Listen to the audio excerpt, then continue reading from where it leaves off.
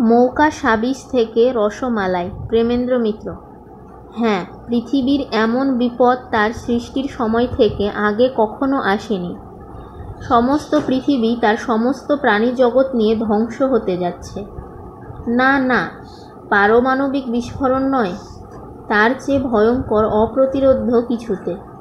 কল্পনাতীত সে সর্বনাশ ধীরে ধীরে এগিয়ে আসছে, ধীরে ধীরে, কিন্তু অমোঘভাবে কোথা থেকে? শিবু দম নেবার জন্য থামল। কথাগুলো কিন্তু শিবুর নিজের কিংবা আমাদের কারোর বা স্বয়ং টঙের ঘরের তারও নয়। কথাগুলো সেই তাদেরই, ধৈর্য ধরে বেশ কিছুকাল যাদের জন্য অপেক্ষা করেছিলাম। ধৈর্য না হারিয়ে আমাদের যে লাভই হয়েছে, ওপরের উদ্ধৃতিটি তার প্রমাণ। উদ্ধৃতিটি যে সেই অদ্বিতীয় মৌকা সাবিসের কোনো লেখা থেকে, তা অনেকেই এতক্ষণে বুঝে ফেলেছেন বোধহয়। প্রায় 3 মাস ধরে এই রকম কোনো কিছু লেখা একটি চিঠির জন্য হাঁ পিত্তেশ করে আছি। কতবার লোভ হয়েছে। মৌকা সাবিসের দেওয়া একটি বিশেষ খবরের কাগজের নম্বর দেওয়া পোস্ট বক্সের ঠিকানায় একটা চিঠি পাঠিয়েই দেখি ফল কি হয়। শেষ পর্যন্ত অনেক কষ্টে সে দুর্বলতা জয় করে আরও কিছুকাল অপেক্ষা করবার পণ করেছি। তার ফল সত্যি আশাতীতভাবেই ফলেছে বলা যায়। চিঠি যা এসেছে, ওপরের উদ্ধৃতিটুকু থেকেই বোঝা যাবে যে তা নেহাত মামুলি সাদামাঠা কিছু নয়, রীতিমতো তাজা বারুদ ঠাসা কিছু।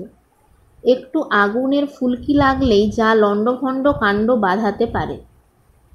চিঠিটা আগের কবারের মতোই এক প্রকাশকের মারফত এসেছে, তবে এবার প্রাপকের নামটা আমাদের টঙের ঘরের তার নয়। এবার প্রাপক হিসেবে নাম যা দেওয়া হয়েছে, তা একজন বিশেষ কারোরও না হয়ে একেবারে পুরোপুরি 4 জনের। সে 4 জন হচ্ছি আমরা, অর্থাৎ গৌর, শিবু, শিশির ও আমি। নামগুলি সবই পদবিহীন, শুধু আদি অংশটুকুর সারি সেখানে এরকম দাঁড়িয়েছে: গৌর, শিবু, শিশির ও সুধীর।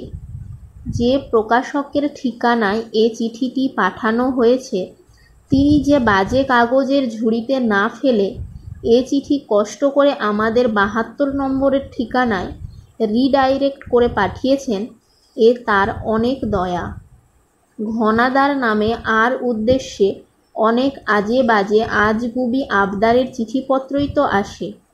তেমনই একটা উটকো ঝামেলা মনে করে তিনি চিঠিটা আমাদের ঠিকানায় পাঠাবার কষ্ট না করলেই আমাদের কত বড় লোকসান যে হয়ে যেত, তা শিবুর পড়তে শুরু করা চিঠিটার সামান্য নমুনা থেকে বুঝতে পারছিলাম।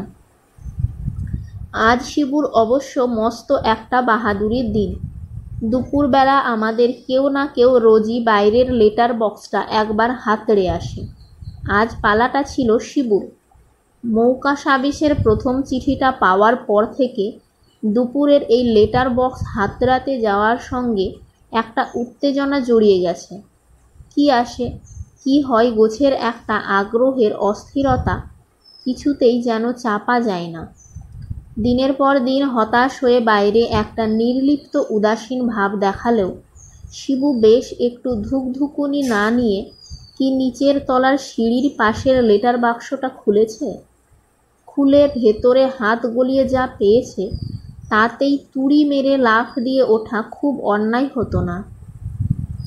না, ইলেকট্রিকের বিল টিল গোছের কিছু বা আজে বাজে সস্তা সাপ্তাহিক কাগজের পাওনা প্যাকেট নয়, রীতিমতো লম্বা খামের মুখ বন্ধ করা চিঠি। লেফাফাটা বার করে এনে তার ওপরের নাম 4টে পড়বার পর শিবুর ধীরে সুস্থে জামা খোলার আর তর সয়নি। এক টানে লেফাফাটার একটা মাথা ছিঁড়ে ফেলে ভেতরের চিঠিটা বার করে এক লাফে 3-3টে করে ধাপ ডিঙিয়ে হাঁফাতে হাঁফাতে ওপরের বারান্দায় উঠেই শোনো শোনো বলে চিৎকার করে আড্ডাঘরে ঢুকেই যা পড়তে শুরু করেছে, তা আগেই জানিয়েছি। দম নিতে একটু থামার পর শিবুর আর শুরু করবার সুযোগ হয়নি। তিন দিক থেকে আমরা তিনজন তার দিকে প্রায় ঝাঁপিয়ে পড়ে জিজ্ঞাসা করেছি অস্থিরভাবে, কি কি কার চিঠি? সেই মৌকাশাবিশ। আমরাও আমাদের প্রশ্নগুলো শেষ করতে পারিনি। হাত বাড়িয়ে শিবুর কাছ থেকে চিঠিটা ছিনিয়ে নেওয়াও সম্ভব হয়নি। আমাদের উদ্দেশ্যটা অনায়াসে অনুমান করে আগেই চিঠিটা চটপট আমাদের নাগালের বাইরে সরিয়ে নিয়ে সে বলেছে, তিষ্ঠ তিষ্ঠ, এতকাল যদি ধৈর্য ধরতে পেরে থাকো তাহলে আর কয়েক সেকেন্ড সে ক্ষমতার পরিচয় দাও, নইলে তোমাদের টানাটানিতে সমস্ত বর্তমান পৃথিবীর পক্ষে অমূল্য একটি বিপদ সংকেতের বার্তা ছিন্ন হয়ে। আরে থামো থামো। এবার তার ওপর ঝাঁপিয়ে পড়ার আগ্রহটা দমন করেই ধমক দিতে হয়েছে শিবুকে। বাজে বাকতাল্লা না করে চিঠিটায় কি আছে পড়ো, আমরা ঠান্ডা হয়েই শুনছি। শান্ত হয়েই তারপর শিবুকে চিঠিটা পড়ে শোনাতে দিয়েছি, কিন্তু সে যা শুনিয়েছে তাতে অস্থির না হয়ে ওঠা আর সম্ভব হয়নি। হ্যাঁ, চিঠিটা মৌকাশাবিশের, কিন্তু তাদের কাছ থেকেও এমন আজগুবি আষাঢ়ে চিঠি পাওয়ার কথা ভাবতে পারিনি। মৌকাশাবিশ এবার যেন নিজেদের আগের সব বাহাদুরির ওপর টেক্কা দিয়েছে। চিঠিটা যে টঙের ঘরের তার নামে নয়, আমাদের চারজনের নামে পাঠানো হয়েছে তা আগেই জানিয়েছি। নাম বদলের কৈফিয়তটা দিয়েই চিঠিটা এইভাবে শুরু। বন্ধুগণ, ইতিপূর্বে আপনাদের মেসের টঙের ঘরের তাহার উদ্দেশ্যে বেশ কয়েকটি পত্র প্রেরণ করিয়াও তাহাতে কোনো প্রকার সাড়া না পাইয়া এবার সেই একমেবা দ্বিতীয়ম এবং 4 বাহনকে উদ্দেশ্য করিয়াই এ পত্র পাঠাইলাম। আশা করি এ পত্রে বিবৃত বিষয়ের গুরুত্ব বুঝিয়া আপনাদের সর্বজ্ঞ ঠাকুরের কাছে বিশ্বের মহাসংকটের কিসে পরিত্রাণ তাহা জ্ঞাত হইবেন। বিশ্বের মহাসংকটের কথা এবার সহজ ভাষায় সংক্ষেপে বললে এইরূপ দাঁড়ায়। বলে মৌকাশাবিশ যা জানিয়েছে তার খানিকটা শিবুর মুখে আগেই শুনেছি। শিবু যেখানে থেমেছিল তার পরের কথাগুলো হলো, আপনাদের সর্বজ্ঞ ঠাকুর সে বিষয়ে কিছু জানেন কি? তিনি কি বলতে পারেন পৃথিবীর কোন এক অভিশপ্ত জায়গা থেকে সমস্ত প্রাণী জগতের চরম সর্বনাশ কেমন করে ঘনিয়ে আসছে? জানেন কি যে পৃথিবীর সবচেয়ে শক্তিমান কটি দেশ সম্পূর্ণ খবর না পেলেও সামান্য একটু আঁচ পেয়েই গভীর আতঙ্কে অতি গোপন সব বৈঠকে আরও বিশদ করে ব্যাপারটা জানবার আর সম্ভব হলে তার প্রতিকারের উপায় সন্ধানের চেষ্টা করছেন? তিনি কি জানেন আকারে নেহাত সামান্য পৃথিবীর একটি বিশেষ জায়গা মাত্র কিছুদিন আগে থেকে মানুষের ভূগোল থেকে একরকম বাদ দিয়ে রাখার ব্যবস্থা হয়েছে? বিশ্বে সাধারণ মানুষের মধ্যে উন্মত্ত আতঙ্ক ছড়াবার ভয়ে এই নিয়ে হইচই দূরে থাক, কোনো রকম আলোচনাও বাইরে প্রকাশ করতে দেওয়া হয়নি।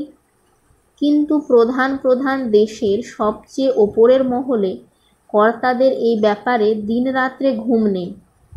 যে জায়গাটুকু নিয়ে এই ভয়ঙ্কর আতঙ্ক তা এখনও মাপে 100 বর্গমাইলের বেশি হবে না। কিন্তু পৃথিবীর বুকের বলতে গেলে ওই এক বিন্দু জায়গা এখন অমন 10 লক্ষ মেগাটন বোমার চেয়ে সর্বনাশা হয়ে উঠেছে। যে চরম ধ্বংসের নিয়তির দিকে তা আমাদের নিয়ে চলেছে তা ঠেকাবার আর উপায় আছে বলে মনে হয় না। সুতরাং অদূর ভবিষ্যতের অনিবার্য সৃষ্টি বিনাশের পরিণাম মেনে নিয়ে শেষ পর্যন্ত দুটো সাধারণ প্রশ্নই আপনাদের মারফত আপনাদের সেই টঙের ঘরের তাকে জিজ্ঞাসা করতে চাই। নিভোচি বলে কারোর কথা কিছু কি তিনি জানেন? আর নিউ এরা শব্দটা শুনলে কিছু তার মনে হয় কিনা? ঠিক তাল ঠোকা বাহাদুরির সুরে নয়, এবার যেন খানিকটা সরল আগ্রহের সঙ্গে এসব কথা লিখে মৌকাশাবিশে চিঠির শেষে যথারীতি একটি দৈনিকের একটি নম্বর দেওয়া পোস্ট বক্সে আমাদের উত্তরটা তাদের পাঠাতে অনুরোধ করেছে। হ্যাঁ, এবার সত্যিই চিঠির শেষে বেশ একটু নরম অনুরোধের সুর। আমরা যেন তাদের এ চিঠি অবহেলা ভরে ছেঁড়া কাগজের ঝুড়িতে না ফেলি। আর কিছু না পারি নিউ এরা শব্দটার রহস্য যে কী তা একটু জানবার চেষ্টা যেন অতি অবশ্য করি। তাল ঠোকা টিটকিরির বদলে বিনীত অনুরোধ ঠিকই, কিন্তু তারই বা আমরা করতে পারি কি? মৌকাসাবিসের তাগিদের দরকার ছিল না। নিজেরাই এখন আমরা শুধু নিউ এরা নয়, নিভোচির রহস্যটা যে কী তা একটু জানবার জন্য ব্যাকুল। কিন্তু জানতে চেষ্টা করার একমাত্র যা উপায়, সেই বেড়ালের গলায় ঘণ্টাটা বাঁধবে কে? আর বাঁধবেই বা কীভাবে? টঙের ঘরের তাকে বাগে আনার সবচেয়ে সোজা উপায় তো তার জন্য চর্বচোষ্য লেজ্জ পেয়োর ঢালাও নৈবদ্য সাজানো, কিন্তু তাতে এখন চিড়ে ভিজবে বলে তো আশা হচ্ছে না। তবু চেষ্টার ত্রুটি আমরা করিনি। আমিষের দিকে তার যা পছন্দ, সেই চিংড়ির কাটলেট থেকে শুরু করে সাত্ত্বিকের দিকে বাগবাজারের সেরা রসমালাই পর্যন্ত কিছুই তার জন্য সাজিয়ে রাখতে ত্রুটি করিনি। কিন্তু যার জন্য এত ষোড়শোপচারের নিবেদন, তিনি কোথায়? প্রথমত, নিচের আড্ডাঘরের বারান্দায় আমাদের হইচই, টঙের ঘরের টনক নড়াবার কথা। তার উপর বনোয়ারিকে দিয়ে খবরটাও যথাসময়ে পাঠাতে ভুল হয়নি আমাদের। তবু তেতলা থেকে নামবার ন্যাড়া সিঁড়িতে বিদ্যাসাগরী চটির ফটফট শব্দ কই? কই বারান্দা থেকে আড্ডাঘরে ঢোকবার আগে সেই পেটেন্ট গলা ফাঁকারি? না, এবার আর নিশ্চিন্ত হয়ে বসে থাকা যায় না। পরপর চারজনই ন্যাড়া সিঁড়ি বেয়ে খোলা ছাদে উঠে শটান সেই টঙের ঘরে। আমাদের পিছু পিছু ঢাউস দুটি ট্রেতে সব প্লেট সাজিয়ে বনোয়ারিও। না, ভয় ভাবনা করার মতো কিছুই সেখানে দেখলাম না। ঘনাদা সশরীরে সেখানে উপস্থিত এবং বেশ বহাল তবিয়তেই। তবে আমাদের আড্ডাঘরের অমন রসালো নিমন্ত্রণে সাড়া না দেবার কারণ কি? বনোয়ারির সামনে ট্রে থেকে নামিয়ে প্লেটগুলো বড় টেবিলের অভাবে ঘনাদার তক্তপোশেরই একধারে সাজিয়ে রাখবার মতো সেই কথা জিজ্ঞাসা করলাম। ব্যাপার কি ঘনাদা? বনোয়ারি আপনাকে ঠিকমতো খবর দেয়নি বুঝি? খবর? যে খবরের কাগজটি অত্যন্ত মনোযোগ দিয়ে পড়ছিলেন তা থেকে মুখ তুলে ঘনাদা যেন একটু বিস্মিতভাবে আমাদের দিকে চেয়ে বললেন, কিসের খবর? এই মানে আমরাই এবার একটু ফাঁপড়ে পড়লাম নিজেদের কথাটা অর্ধেক ঢেকে জানাতে। আমতা আমতা করে বললাম, মানে ওই আজ হঠাৎ কটা স্পেশাল ডিশ আনাবার সুবিধে পেলাম কি না, তাই এই শিশিরের বাঁধো বাঁধো কথাটা গৌরী প্রাঞ্জল করে দিয়ে বললে, এই যেমন ডাবল সাইজ চিংড়ির কাটলেট, শিক নয়, একেবারে সাচ্চা শিশ কাবাব। হ্যাঁ, ঘনাদা প্লেটগুলোর ওপর দৃষ্টি বোলাতে বোলাতে বাধা দিয়ে বললেন, দেখতে তো পাচ্ছি প্লেটগুলো, তবে আজ বারটা যে বুধ সেটা তো ভুলতে পারছি না। বারটা যে বুধ বলছেন কি ঘনাদা? বুধবারের সঙ্গে এই সব উপাদেয় ভোজ্যের কি সম্বন্ধ? সেই কথায় সবিস্ময়ে জিজ্ঞাসা করতে গিয়ে হঠাৎ সম্বন্ধের সূত্রটা যে কি তা মনে পড়ে গেল। দোষটা সম্পূর্ণ শিবুর। আগের বুধবারে বাজারে তেমন ভালো মাছ টাছ না পেয়ে ফুলকপি, স্কোয়াশ, কড়াইশুঁটির মতো অসময়ে বেশ কটা দুর্লভ সবজি এনে দোষটা কাটাতে চেয়েছিল। তার সেই নিরামিষ বাজারেও খুব একটা অপরাধ হতো না, কিন্তু এর ওপর সবাই মিলে টেবিলে খেতে বসবার পর সে যে টিপ্পনিটা কেটেছিল, সেইটিই যে মারাত্মক হয়েছে তা এখন বুঝলাম। নিরামিষ হলেও রামভুজের রান্নার বাহাদুরি যাবে কোথায়?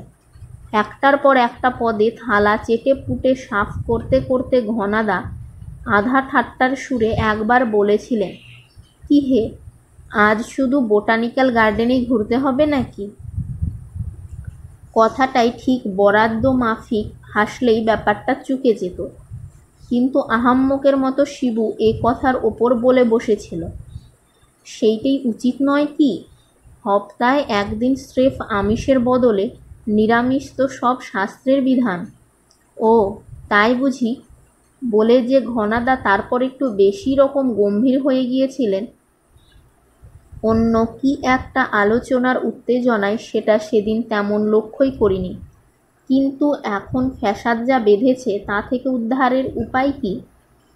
কিন্তু কিসে যে কি হয় তা কেউ কি পারে বলতে? যার আহাম্মুকিতে আমাদের এই মহাসংকট, সব মুশকিল আসান হয়ে গেল তারই আর এক আহাম্মকিতে। বারটা যে বুধ। ঘনাদার এই কথাটায় হঠাৎ যেন দারুণ মজার খোরাক পেয়ে শিবু হাসতে হাসতে বলল, বারটা যে বুধ? বাহ, এইসব প্লেট দেখে আপনার বুধবারের কথা মনে হলো। আর আমার কি মনে হচ্ছে জানেন? মাথা নেই মুন্ডু নেই, তবু মনে হচ্ছে কি এক নিউ এরার কথা। হঠাৎ খেয়াল হচ্ছে যে ইউরেকার মতো নিউ এরা বলে চেঁচিয়ে উঠি, সেই সঙ্গে নিভোচি বলেও চেঁচাতে পারি। আমরা তখন প্রায় জমে পাথর হয়ে গেছি। আহাম্মক শিবুটা শেষ পর্যন্ত করল কি? ঘনাদার দিকে চেয়েই বুঝেছি সর্বনাশের আর কিছু বাকি নেই।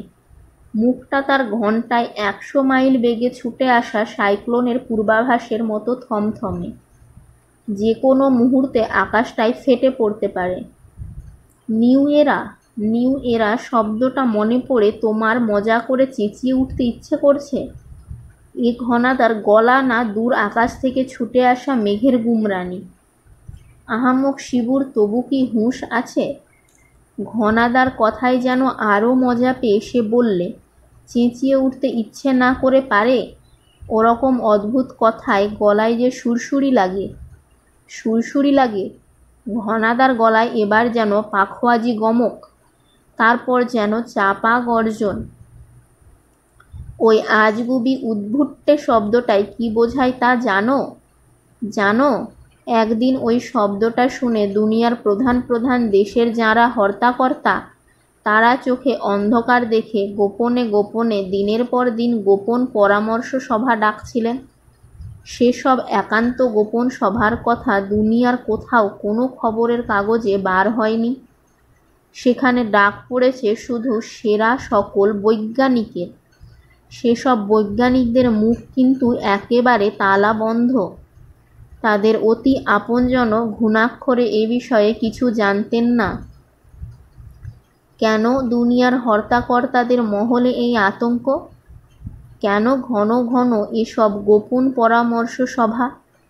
সেসব কিছুর সঙ্গে ওই নিউ এরা শব্দটা কিভাবে জড়ানো তা কল্পনা করতে পারলেও শব্দটায় গলা সুরসুর করবার মতো মজা পেতে না। ঘনাদা একটু থামলেন। তা থামুন, আমরা এখন তাকে লাইনে পেয়ে গেছি। এখন আর আমাদের পাই কে? নিজের ভাবনায় যিনি তন্ময়, তার অন্যমনস্কতার ভেতরেই চিংড়ি কাটলেটের প্লেটটা তার হাতে ধরিয়ে দিয়ে শিবু যেন ভয়ে ভয়ে কাঁপা কাঁপা গলায় বললে, নিউ এরা মানে সুপার নিউট্রন বোমা গোছের কিছু নিশ্চয়। বড় বড় চাঁদের আগে ছোটোখাটো কোনো রাজ্য বিজ্ঞানের আচমকা পাওয়া কোনো প্যাঁচে যা আবিষ্কার করে বানিয়ে ফেলেছে বলেই বড় বড় চাঁদের এত ভয়। Super megaton. অন্যমনস্কভাবে শিবুর এগিয়ে দেওয়া প্লেটের সুপার চিংড়ির কাটলেট জোড়া প্রায় শেষ করে এনে মৃদু নাসিকাধ্বনি করে ঘনাদা বললেন, ওসব সুপার নিউট্রনে চোখে অন্ধকার দেখবার পাত্র ওই বড় বড় চাঁইরা নয়। তাদের হার্ট ফেল করবার অবস্থা যাতে হয়েছে তা এমন কিছু যা মানুষের কল্পনারও বাইরে। ঘনাদা সামান্য কয়েক সেকেন্ড থামতেই পাকা হাতে তার প্লেট বদল করে নিয়ে চিংড়ির কাটলেটের জায়গায় শিশ কাবাবের থালি ধরিয়ে শিবু বললে, কল্পনার বাইরে মানে আপনিও তখন কল্পনা করতে পারেননি, জানতেও পারেননি। আমাদের গলায় সবিস্ময় অবিশ্বাসের সুর। কোথায় ছিলেন তখন আপনি? আমি?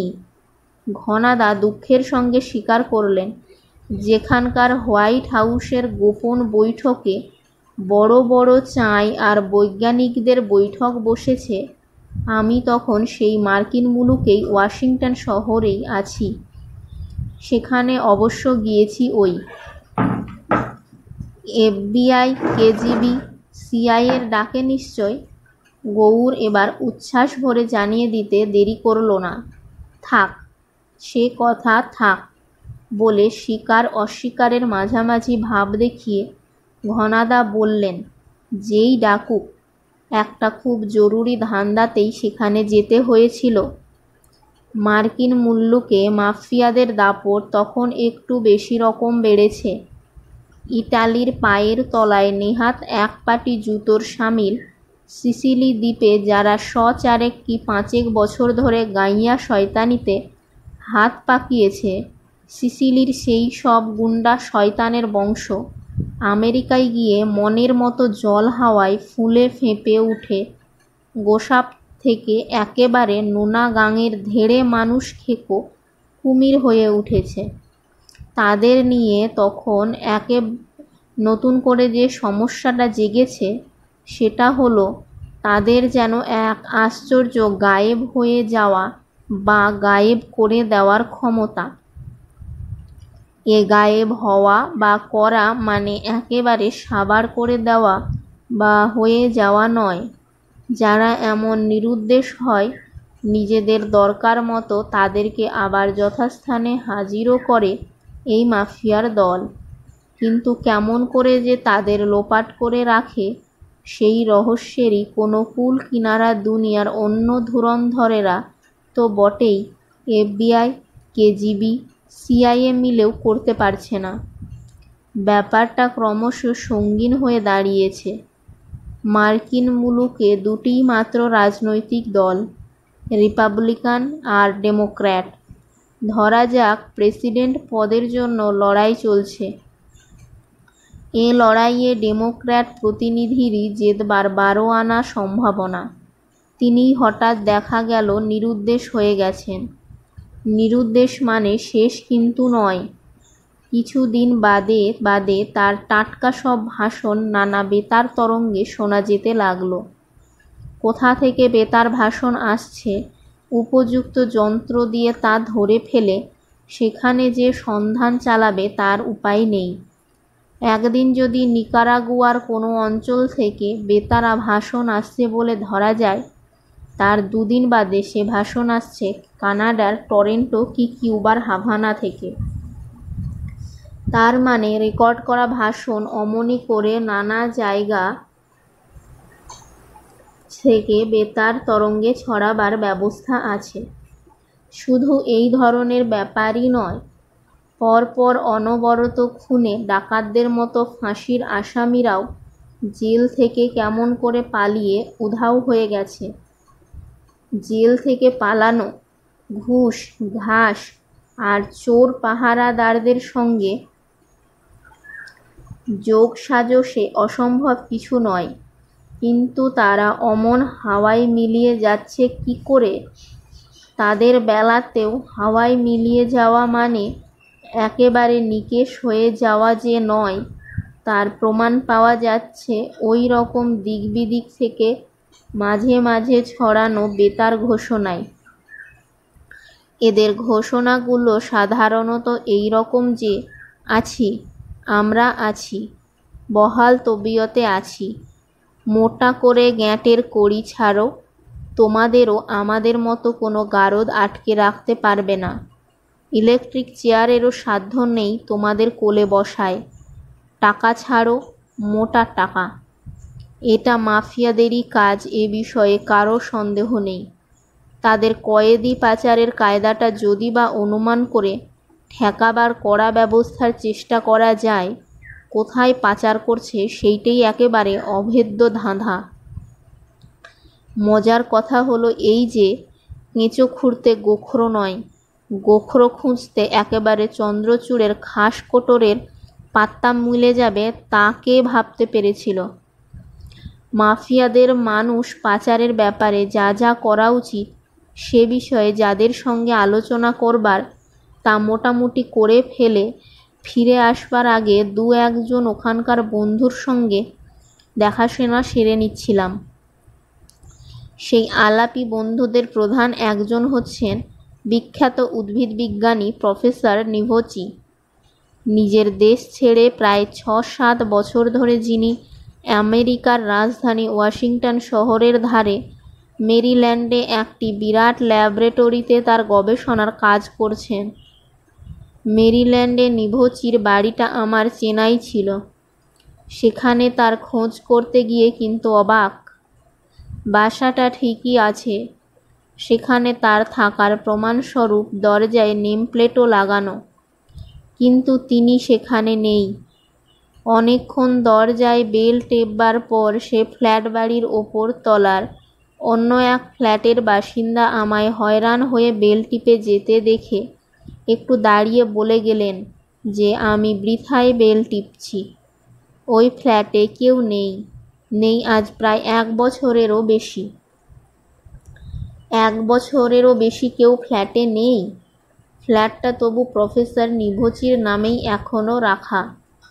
আর সবচেয়ে আশ্চর্যের ব্যাপার, তার এই রকম উধাও হয়ে থাকা নিয়ে কাগজে কোনো লেখালেখি, এমনকি মাফিয়াদের মানুষ পাচার নিয়ে যে সন্ধানী বৈঠক আমাদের সম্প্রতি চলছে, তাতেও কোনো উল্লেখ কারোর মুখে শুনিনি।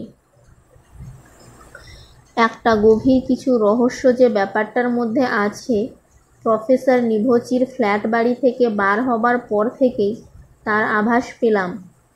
ফ্ল্যাট বাড়ি থেকে বেরিয়ে রাস্তায় নেমেই অবাক হয়ে দেখি একটা ট্যাক্সি আমার সামনের ফুটপাথ ঘেঁষে দাঁড়িয়েই হর্ন দিয়ে আমায় ডাকছে। ট্যাক্সির দরকার আমার ছিল, কিন্তু এমনভাবে রাস্তায় পা দিয়েই সামনে অপেক্ষা করা ট্যাক্সি পাবো তা ভাবিনি। বিশেষ করে সদর রাস্তা থেকে বেশ দূরের একটা রীতিমতো নির্জন পাড়ায় একেবারে হুজুরে হাজির অবস্থায়। ট্যাক্সিটা পেয়ে খুশি হয়েই তাকে আমার গন্তব্যস্থানটা জানালাম। ঠিকানাটা আমাদের গোপন বৈঠক যেখানে এখন চলছে সে আস্তানার। আমেরিকার ট্যাক্সির একটা মস্ত সুবিধে এই যে ট্যাক্সিওয়ালাদের যাবার জায়গার ঠিকানা বোঝাতে গলদঘর্ম হতে হয় না। ঠিকমতো ঠিকানা বলে দিলে তারা নির্ভুলভাবে সেখানে পৌঁছে দেয়। যে শহরে ট্যাক্সি চলে তার সমস্ত রাস্তাঘাট তন্ন করে জানা যে আছে, তার পরীক্ষায় পাশ না করলে কেউ ট্যাক্সি চালাবার লাইসেন্স পায় না। আমার ট্যাক্সিওয়ালা এ নিয়মের ব্যতিক্রম নিশ্চয়ই নয়, কিন্তু খানিক বাদেই খেয়াল হতে চমকে উঠলাম, এ ট্যাক্সিওয়ালা চলেছে কোথায়? ওয়াশিংটন আর তার আশেপাশের অঞ্চলের সামান্য যেটুকু পরিচয় আমার জানা, তাতে ট্যাক্সি তো সম্পূর্ণ উল্টো দিকে কোথায় যাচ্ছে। লোকটাকে প্রথমেই দেখে যেমন একটু হাসি খুশি তেমনই বেশ একটু বুদ্ধিমানই মনে হয়েছিল। দেহটা অবশ্য তার বিপুল ওভারসাইজ পোশাকেও যেন না কুলিয়ে ফেটে বার হতে চাইছে। এ কি, তুমি যাচ্ছ কোথায়?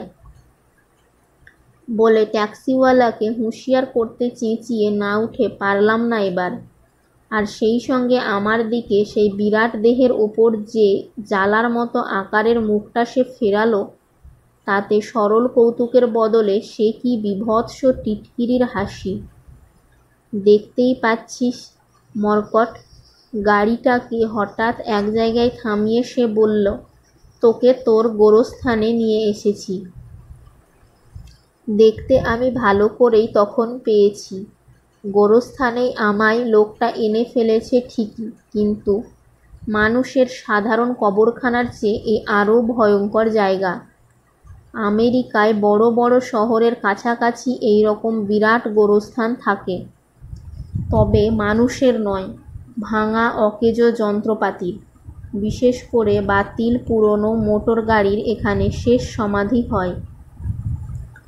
সে সমাধি আবার ভীষণ বিরাট। 8-10 তলা উঁচু একটি কি দুটি ক্রেন তাদের ঝোলানো চেনের নিচের প্রকাণ্ড কাঁকড়ার দাঁড়ায় বাতিল মোটরগুলো তুলে নিয়ে একটা বিরাট লোহার পাতে ঘেরা কুণ্ডের মতো জায়গার ভেতর ফেলে দেয়, আর তারপর দানবীয় জাঁতার মতো প্রকাণ্ড লোহার চাকতির চাপে বড় বড় মোটরের দেহগুলো পাকিয়ে গুঁড়িয়ে একটা চ্যাপ্টা ধাতুর দলে যাওয়া ডেলা হয়ে যায়। জায়গাটায় ওই বিরাট ক্রেন আর এদিকে ওদিকে বাতিল মোটর আর অন্যান্য যন্ত্রপাতির স্তূপ ছাড়া মানুষজন নেই বললেই চলে। ক্রেন যে চালায় সে বসে আছে টঙের ওপর। দলা পাকাবার দানবীয় জাঁতা যারা চালাচ্ছে তারাও আছে বহুদূরে তাদের ইঞ্জিন রুমে। বৃত্রাসুর মার্কা লোকটার মতলব বুঝতে আমার আর তখন বাকি নেই। তবু যেন অতি সরল বিস্ময়ে জিজ্ঞাসা করলাম, এখানে আমায় নিয়ে কি করবে তুমি? এখানে তো বাতিল যন্ত্রপাতি মোটরের মতো জিনিস গালিয়ে অন্য কাজে লাগাবার সুবিধে করার জন্য দলা পাকিয়ে রাখা হয়। ঠিকই বুঝেছিস। সেই বুদঘুটে হাসির সঙ্গে আমার ঘাড়টা এক হাতে ধরে ঝাঁকুনি দিয়ে সে বললে, লোহা লক্করের দলার সঙ্গে একটু মানুষের হাড় গোড়ের গুঁড়ো থাকলে মিশেলটা হয়তো বেশি কাজের হবে। তাই ওই যে ক্রেনটার প্রকাণ্ড দাঁড়া দেখছিস, তোকে ধরে নিয়ে গিয়ে অন্য লোহা লক্করের সঙ্গে ওর ভেতর তুলে দেব। তারপর ওই ক্রেনের দাঁড়া তোকে শূন্যে তুলে ওই লোহার কুণ্ডের মধ্যে টুপ করে ফেলে দিলেই তুই উদ্ধার পেয়ে যাবি। কিন্তু আমার কি অপরাধ? কাঁদো কাঁদো গলায় বললাম, যে আমায় এমন করে মেরে ফেলছ? তোর অপরাধ? লোকটা আমায় যেন ভেঙচি কেটে বললে, তোর অপরাধ তোর কৌতূহল আর আস্পর্ধার। মাফিয়াদের পেছনে লাগতে এখনকার টিকটিকিগুলোর সঙ্গে হাত মিলিয়েও থামিসনি। আবার ওই নিভোচির খোঁজ করতে গেছিস কেন? বাহ, আমি করুণভাবে কৈফিয়ত দিলাম, নিভোচি যে আমার বন্ধু। বন্ধুর খোঁজ নেব না? বেশ, নে, আর তার দামটাও দে। বলে দানোটা আমার ঘাড়টা ধরে ক্রেনের সেই দাঁড়াগুলোর দিকে টান দিল। দাঁড়াও, দাঁড়াও, কাতর হয়ে এবার বললাম, সেই যখন মরতেই যাচ্ছি, তার আগে প্রফেসর নিভোচি আর তোমাদের মধ্যে কি সম্বন্ধ আর তার রহস্যটা কি একটু যদি জানিয়ে দাও। বেশ, তাই দিচ্ছি। দু কথাই শোন। দানোটা আবার দূরের ক্রেনের দাঁড়াটার দিকে আমায় টেনে নিয়ে যেতে যেতে বললে, তুই মাফিয়াদের পেছনেই লেগে আছিস। এদিকে সারা দুনিয়ার ভয়ে যে নাড়ি ছাড়া অবস্থা জানিস না? জানবি আর কি করে? এই ওয়াশিংটনেই নানা মুলুকের মানুষের সব মাথাগুলো বড় বড় বিজ্ঞানীদের নিয়ে জড়ো হয়েছে শুধু একটা সর্বনাশ ঠেকাবার জন্য। সর্বনাশটা কি? সর্বনাশ হলো এই যে ওই যে তোদের ক্লোরোফিল না কি বলে গাছের পাতার সবুজ ভাগটাকে, যা না হলে কোনো গাছপালাই কোথাও থাকতো না, আর তার দরুন পোকামাকড় থেকে সমস্ত জন্তু জানোয়ারও আর জন্মাতে পারতো না। সেই ক্লোরোফিল তোদের ওই ভাইরাস না কি একটা রোগের জীবাণুর এক ভয়ঙ্কর ছোঁয়াচে রোগে পুরোপুরি তৈরি হতে না পেরে শুকিয়ে যাচ্ছে, আর অন্য প্রাণীও শেষ পর্যন্ত বাঁচবার মতো খাবার না পেয়ে মারা যাচ্ছে। রোগটা আপাতত অতি সামান্য ছোট্ট একটা জায়গায় আরম্ভ হলেও এমন ভয়ঙ্কর ছোঁয়াচে যে একবার কোনো রকম সুবিধে পেলেই খড়ের গাদার আগুনের মতো সারা দুনিয়ায় দেখতে দেখতে ছড়িয়ে পড়বে। এখন লোকটাকে বাধা দিয়ে বললাম, এই রোগ আর তার সর্বনাশা ফলাফল আবিষ্কার করেছেন ওই আমার বন্ধুটি প্রফেসর নিভোচি, আর সেই জন্য ক্লোরোফিলের ছোঁয়াচে মহামারী না ছড়াতে দেবার জন্য সেখানে বাইরের কারোর যাওয়া বা সেখান থেকে কারোর বাইরে আসার মানা হয়ে গেছে। কেমন? ঠিক ঠিক। ঘাড়ে একটা রদ্দা দিয়ে লোকটা বললে, তোর যা বুদ্ধি দেখছি, তোকে নিউ এরাতেই নিভোচির সঙ্গে হতে পাঠালে ভালো হতো মনে হচ্ছে, কিন্তু এখন আর সময় নেই। নিউ এরা? আমি তার কথার মানেই ভাবতে ভাবতে বললাম, নামটা যেন জানা মনে হচ্ছে। প্রশান্ত মহাসাগরের কুক দ্বীপপুঞ্জের একটা ছোট্ট দ্বীপ কি? ঠিক ঠিক। লোকটা আমার ঘাড়ে আর একটা রদ্দা দিয়ে তারপর ক্রেনের দাঁড়ার দিকে হিঁচড়ে টেনে নিয়ে যেতে যেতে বললে, কালা নেংটি হলে কি হয়, তুই তো হাঁ করলেই সব বুঝে ফেলিস দেখি। তবে অত বুদ্ধি থাকাটা ভালো নয়, তাই তোকে। দাঁড়াও দাঁড়াও। আমি যেন মিনতি করে তাকে থামিয়ে বললাম, পৃথিবীর বক্ষে সর্বনাশা ক্লোরোফিলের ছোঁয়াচে রোগ না ছড়াতে দেবার জন্য নিউ এরা দ্বীপে এখন আর পা দেবার কথা কেউ ভাবে না। আর এই আসল মহলে এই আতঙ্ক ছড়িয়ে তোমরা এখন ওই ঘাঁটিতে তোমাদের পাচার করার সব আসামি আর রাজনীতির বড় বড় চাঁইদের বিনা ঝামেলায় সেখানে চালান করে রাখবার ব্যবস্থা করেছ। ঠিক ঠিক বলে লোকটা আমায় আর একটা রদ্দা ঝাড়তে যাচ্ছিল, সেটা এড়িয়ে তারিফ করবার সুরে বললাম, এ কাজে প্রফেসর নিভোচি তোমাদের সবচেয়ে বড় অস্ত্র। তাকে চুপিসারে এখান থেকে ধরে নিয়ে গিয়ে ওই নিউ এরা দ্বীপে পুরে প্রাণের ভয় দেখিয়ে তার মতো মস্ত সৎ বিজ্ঞানীকে দিয়ে যা রেডিও তরঙ্গ মারফত রটানো করাচ্ছ, দুনিয়ার ওপর মহলে তাতে কারোর সন্দেহ জাগেনি। একটু থেমে সাবাস তোমাদের, সত্যি বলিহারি বলে লোকটার ঘাড়ে এবার একটা চাপড় দিয়েছি। আচমকা মুখ থুবড়ে মাটিতে পড়ে গিয়ে লোকটা আগুনের গোলা হয়ে আমার ওপর ঝাঁপিয়ে পড়তে গেছে। পাশ কাটিয়ে একটু ঠেলা দিতেই সে এবার শটান একেবারে ক্রেনের হাঁ করা নিচের দাঁড়াটার ওপরেই গিয়ে পড়েছে। ওপরের দাঁড়াটা তখন নামতে শুরু করেছে। আতঙ্কে চিৎকার করে সে লাফিয়ে পালিয়ে আসতে গেছে প্রথমে। একটু ঠেলা দিয়ে তাকে আবার দাঁড়াগুলোর মধ্যে ফেলে দিয়ে নিজেই আবার টেনে বার করে নিয়ে বললাম, শোনো চর্বির পাহাড়, ক্রেনের দাঁড়ায় লোহা পেশায়ের জাঁতা কলে যাবার যদি ইচ্ছে না থাকে, তাহলে ভালোই ভালোই যেখানে বলছি এখনই নিয়ে চলো। কি তাই করবে না? ক্রেনের ওই দাঁড়ায় তোমার পছন্দ না? আর বেয়াড়াপনার চেষ্টা সে করেনি।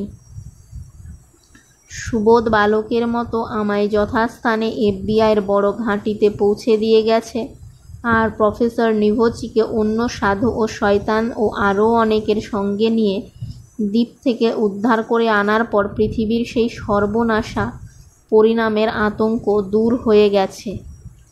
ঘনাদা তার বলা শেষ করে হঠাৎ নিজের হাতের দিকে চেয়ে চমকে উঠে বললেন, তা এ কি? তা চমকে অমন কথা তিনি বলতেই পারেন, কারণ চিংড়ির কাটলেট থেকে শিশ কাবাব আর মোরগ তন্দুরা পেরিয়ে তখন তিনি তার হাতে ধরা রসমালাইয়ের প্লেটে এসে পৌঁছেছেন।